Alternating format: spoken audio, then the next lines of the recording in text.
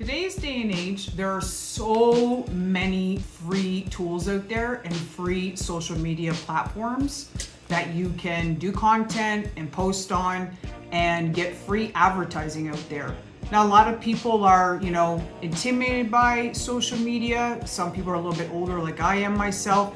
We're used to going door to door, flyers, but you have to take advantage of these programs.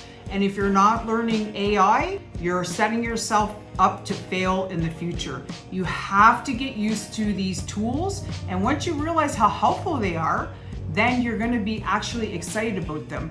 The one thing I will tell you that if you're a professional writer, as I'm a writer, you cannot use ChatGPT, Claude, all that stuff to do all of your writing for you, especially if you're writing a book.